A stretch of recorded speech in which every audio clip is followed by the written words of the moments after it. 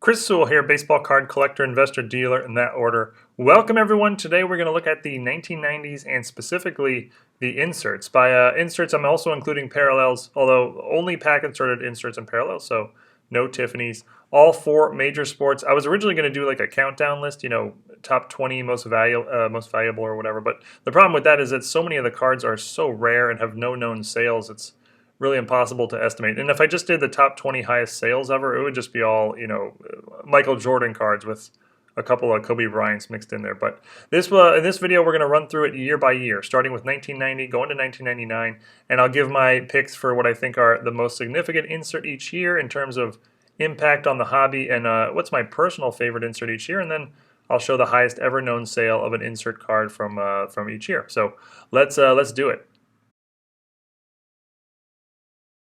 I combined 1990 and 1991 into one listing as there were just very few inserts.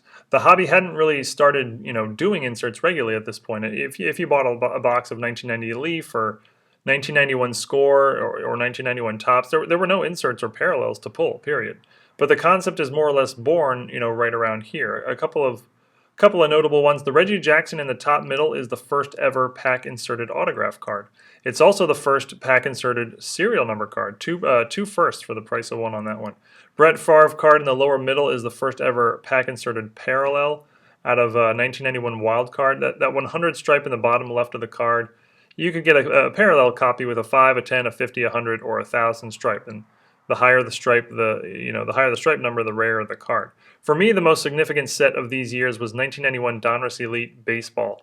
It was an 8-card insert set with every card serial numbered, really the first of its kind, and really sort of the first chase insert set where, it was really hard to pull one from a pack. You can see most of the cards from the set were numbered to 10,000. Funny to think about today, but that was, super rare for back during the junk wax era. This Barry Bonds card would probably sell for around $100 today. My personal favorite set is from football, 1991 Ultra All-Stars. I was 12 when this came out, and I remember thinking it was so cool that there were 3 pictures of each player on the same card. I had never seen that before. I just loved the design. The Barry Sanders card here was probably worth more in 1991 than it is today. You can pick it up for $1 or even less now. And the most expensive sale from a 1990 or 1991 insert card that I could find is that Brett Favre, but in stripe 1000. A PSA 10 copy sold last year on eBay for $9,000. On to 1992, and inserts are starting to catch on. Most brands now include inserts of some kind, although still not all. Serial numbering cards is still really not a thing. A few autographs here and there, but not many. Upper Deck is really pushing holograms like the Jerry Rice in the upper right, but they really never catch on. I personally thought Pinnacle had some pretty creative insert ideas in 1992. I would call the most significant insert from 1992 Topps Gold. A simple parallel where the name and the team at the bottom was in gold. It was in all 4 of the major sports, but it's really the first successful parallel set. The 1991 wild card set from the year before was more of an oddball item, but the 92 Topps Gold were at first 1 per box, so they were pretty sought after and popular. Today they're not tough to find at all. Commons have basically no value. This Shaquille O'Neal rookie is the most valuable from any of the sports. It's about a $50 card ungraded. My personal favorite set is an easy one, 1992 Donruss Elite, but really just because of this one card here, Donruss Elite Signature Series Cal Ripken. He was my favorite player growing up, and this was my absolute dream card for a long time. Raw copies today sell for around $400.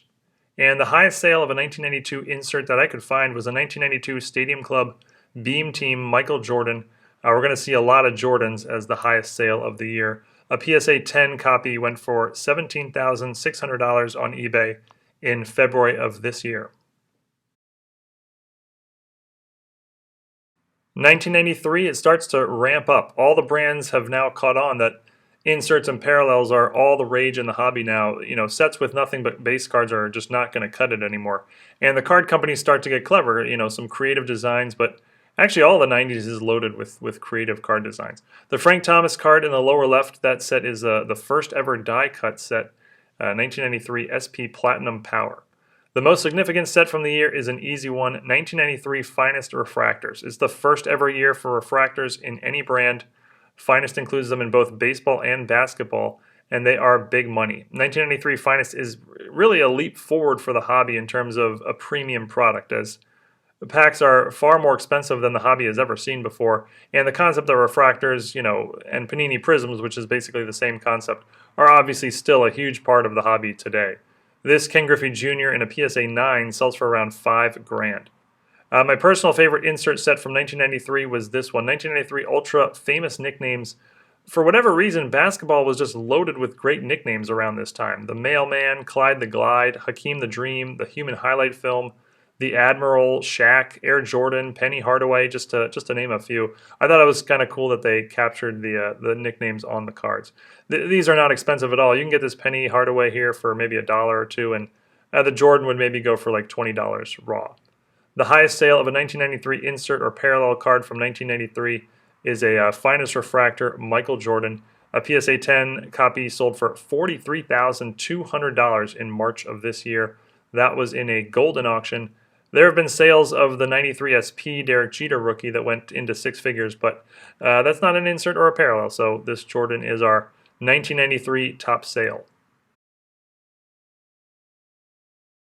Each year through the 1990s, there becomes more and more brands and more inserts and parallels. It's actually quite an amazing transformation the hobby goes through from 1990 to 2000, but some of the first-time brands in 1994 include Flair, Bowman's Best, Collector's Choice, and Emotion. The most significant set, in my view, is from 1994 Upper Deck, a canvas card that featured an autograph of Mickey Mantle and Ken Griffey Jr., each the most popular players of their generation. This card really pushed the hobby forward with autographs and ultra high-end chase cards. The last ungraded copy sold for $4,000, but a high-grade copy might run you, 5 figures today. My personal favorite set is 1994 SP Hollow View Red Die Cut. It's actually both an insert and a parallel, as the standard inset is blue without the die cut. They're really beautiful cards. Not sure if the picture captures it well, but they have like a smooth sort of marble feel and a nice hologram at the bottom. The set includes Michael Jordan as he was trying to make it into the majors. It's got my boy Cal Ripken and this Alex Rodriguez rookie and others. Commons from the set today sell for around $10, and this A-Rod, for example, maybe around 150 or so. The biggest sale from a 1994 insert card is, you guessed it, Michael Jordan and his Finest Refractor. Not quite as rare or desired as the 1993, but a PSA 10 still fetched over $27,000 in February through a heritage auction. On to 1995, and the hobby now is all about inserts, parallels as well. Serial numbering and autographs exist, but still not really mainstream.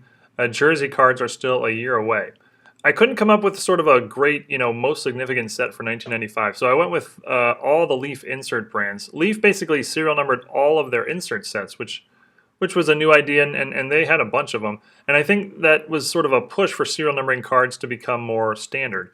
At this point, most cards are serial numbered to 5,000 or 2,500, not rare by today's standards, but quite rare for back then. These Griffies can all be had today for maybe around $25 a piece or so, ungraded. My personal favorite set that year was also a 1995 Leaf, Heading for the Hall, mimicking like a Hall of Fame plaque for active players, later in their career who were probable Hall of Famers. I just thought it was a cool card design. There are serial numbered to 5,000, and you can get this Cal Ripken for maybe around $10 today. It was an 8-card set, and 7 of the 8 did indeed make the Hall of Fame. The only player who did not was Barry Bonds. The highest sale of a 1995 insert card that I could find was a 1995 Ultra Scoring Kings Michael Jordan PSA 10 sold in July on eBay for $18,000. I feel like there had to be a sale higher than that, but for whatever reason I could not find one. 1996, more firsts as sports cards continue to evolve. We see the first ever full autograph sets where every card is autographed. 1996 Pinnacle Laser View and 1996 Leaf Signatures in the upper left. The Kevin Garnett at the top is from Bowman's Best, and it's the first ever Atomic Refractor set. Creative die cuts are getting bigger, as you can see 2 examples of in the lower right. Topps Chrome appears for the first time in baseball, basketball, and football. And this is also a big year for basketball as it features the rookie card of Kobe Bryant. The most significant set from 1996, in my opinion, is from Upper Deck, called UD Game Jersey. They produced it in football and hockey only. They actually did this set the following year in 1997 with baseball as well, but These two are from 1996 and are the first ever jersey cards, as they included a piece of a game-worn jersey on the card. This is obviously still, a massive part of the hobby today. The Marino and Yager cards today will each run you a few $100s ungraded. My favorite insert set from 1996 is one of my favorite insert sets of all time. 1996 Pinnacle Skylines. Beautiful cards. Not sure if the picture captures it, but it's just a super crisp image of the player, on top of his team's city skyline. And the sky part of the card was clear, so you could see through it. Chipper Jones here in front of the Atlanta skyline, and Cal Ripken over the Baltimore Harbor are two examples. All right, I actually have a number of big money sales I want to show you from 1996. First is a 1996 Select Certified Mirror Gold Derek Jeter. It's graded a PSA Gem Mint 10, and it's sold in 2019 on eBay for $202,102. I believe, although I'm not sure about this, that this is the highest ever selling baseball card insert from the 1990s. A few Kobe Bryant big money rookies, as I said. 1996 was big for basketball because it's got Kobe's rookie. Here, his finest refractor, gold finest refractor, in a BGS Pristine 10 goes for $211,560. That was in this year in a golden auction. Another Kobe from Skybox EX2000 Credentials. These are numbered out of $499. This is a PSA 10, and it sold for $360,000 on PWCC's premier auction. And the most expensive 1990s sports card sale in world history is this 1996 Topps Chrome Refractor Kobe Bryant rookie. It's a BGS Pristine 10 Black Label 10, meaning it has all four subgrades are perfect 10. Sold in March through a golden auction for $1,752,000. By 1997, the hobby was clearly in the decline. A lot of people sort of losing interest in the hobby as it sort of morphed from a kid's hobby into more of an adult hobby. But there were so many brands at this point because it had been so popular in the early 90s that all the brands were fighting, competing with each other to grab a piece of a decreasing pie. So everyone was sort of rushing to come out with the hot new item, the hot new card, the hot new die cut, the hot new gimmicky thing that would keep collectors' attention for the short term. And so again, a lot of creative stuff, a lot of flashy stuff is sort of being produced in the late 1990s. Flair Showcase comes out with a bunch of parallels, sort of a gimmicky card numbering system.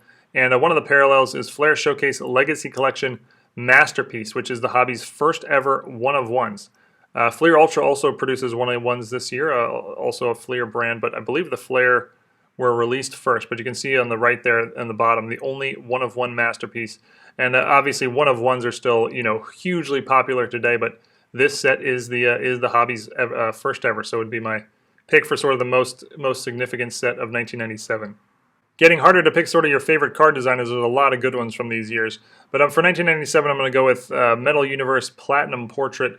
I don't think the card, how cool this card is, comes out in the photo here, but it's just little pinholes that form a portrait of the player. This is Ray Allen, and they're really cool looking cards. Again, I'm not sure if you can really tell from the photo how cool looking they are. But these are still pretty big money. The Ray Allen here probably would cost you a couple $100s today.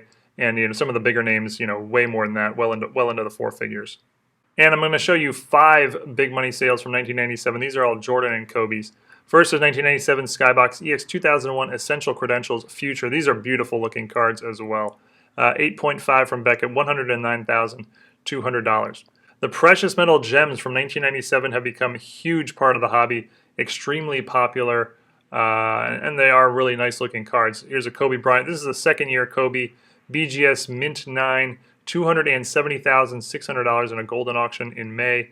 These cards are numbered out of 100, but they're really numbered out of 90 because the 90 of them are red and 10 of them are green.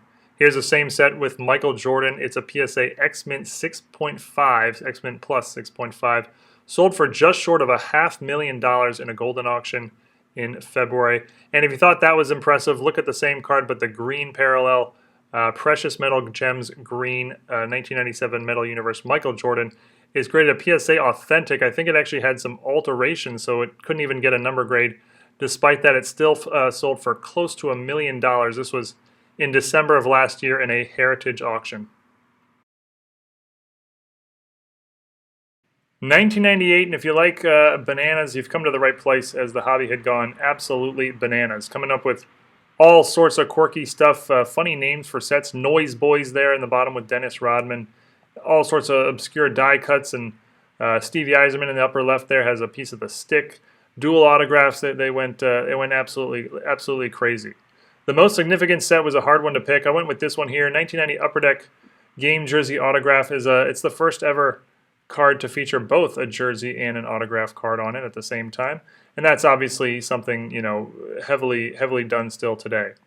My personal favorite insert set from 1998. I'm going with this one just because it's my favorite card title of all time. 1998 Skybox EX Century Duncan Go Nuts, and you can see Grant Hill there. These are really nice looking cards. They're clear. You can see through them, but these are worth a fairly good amount today. The Grant Hill here probably sells for around $100 raw, and Michael Jordan's in this set, and he obviously sells for big bucks.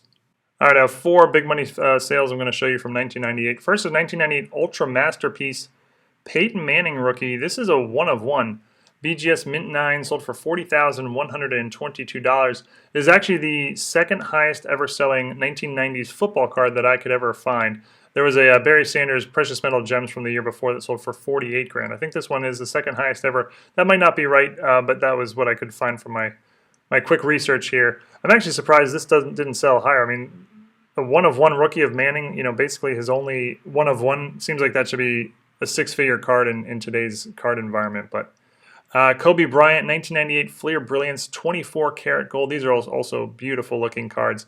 These are serial numbered out of 24, and this one's a near mint plus 7.5 from PSA. 109,000 plus in a golden auction in March. 1998 Upper Deck Game Jersey Autograph Michael Jordan, serial numbered out of 23. And this is Michael Jordan's first ever patch card. It might be his first ever autograph card. I'm not sure about that, but it's definitely his first ever patch card. BGS Mint 9 with a 10 for the auto. $312,000 in a golden auction back in February. And our highest selling card ever from 1998, 1998 Skybox Molten Metal Fusion Titanium Michael Jordan PSA Gem Mint 10. These are serial numbered out of 40. These are really cool looking cards, again with the pinholes to sort of form a portrait. I don't think the photo does the card's beauty justice, but $369,000 also in a golden auction. That same golden auction actually back in February. All right, in our final year, 1999, it's really interesting to just sort of look at the evolution of sports cards through the 90s. I mean, in 1990, you got very sort of plain, boring old cardboard cards, and by 1999, everything's flashy and shiny and die cuts and autographs and all sorts of rainbow stuff going on. And it's sort of, 1990 is basically the peak of the hobby, whereas 1999, is just basically a fraction of what it was in 1990 in terms of participants. A heavy drop throughout the decade, and as the hobby sort of morphs from a hobby for kids into a hobby for adults. But just sort of interesting that as cards get more and more interesting and exciting, the hobby actually lost interest as we were going along, sort of the opposite of what you might think intuitively. The most significant set of the year, I'm going to go with 1999 Upper Deck, A Piece of History. A lot of really impressive bat cards and some autograph cards as well from all-time greats. You can see Babe Ruth on the left, and look at that triple bat card on the right. Hank Aaron, Babe Ruth, and Willie Mays. How cool is that? This was definitely a step forward in the, including all-time greats on cards with, patches, autographs, and bat card type things. My favorite set of the year is probably this one here, 1999 Fleer Sports Illustrated Autographs. These are really cool cards, as the image is the cover of a Sports Illustrated magazine from the 50s, 60s, 70s, 80s, and I think they get into the 90s as well. And the card's autographed by the player at the bottom. And it's a really big set. I mean, there's a lot of names and a bunch of different sports in this set. What's really cool about it, you got a bunch of all-time greats, Al Kaline and Gale Sayers here. But you also have a bunch of sort of obscure players who at one point were good enough to get on the cover of a Sports Illustrated magazine, but maybe history sort of forgot them. So a really interesting set, a lot of cool names, and it's really not expensive at all. I think you can probably get this Kaline and Sayers for something like $20 today or something like that. I always thought this was sort of an undervalued, very cool set. And the biggest sale I could find from a 1999 card, I was actually surprised that I couldn't find a bigger one, and I'm almost sure there have been bigger ones, but for whatever reason could not find them. 1999 SP Authentic Sign of the Times autograph, Michael Jordan. It's a PSA Gem Mint 10, and sold in April in a golden auction for $121,200. Like I said, that's the highest selling 1999 insert card that I could find. So that's it. Your inserts and parallels from the 1990s. What a decade. Absolute craziness as we get towards the end of the decade. And all the big concepts we know about the hobby today were basically invented during this decade. The refractors, serial numbering, autographs, patch cards, jersey cards, one of ones, etc., etc., etc. So really significant decade in the in sort of the history of sport card evolution. But thank you everyone for watching. Hope you enjoyed, and see you again real soon. Thanks, guys.